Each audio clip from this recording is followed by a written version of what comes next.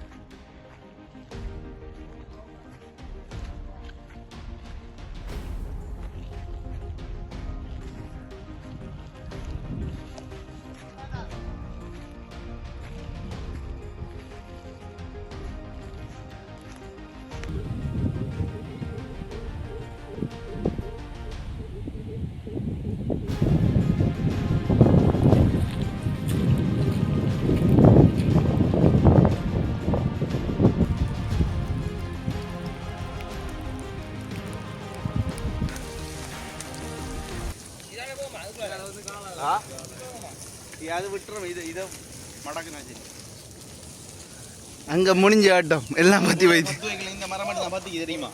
ஓ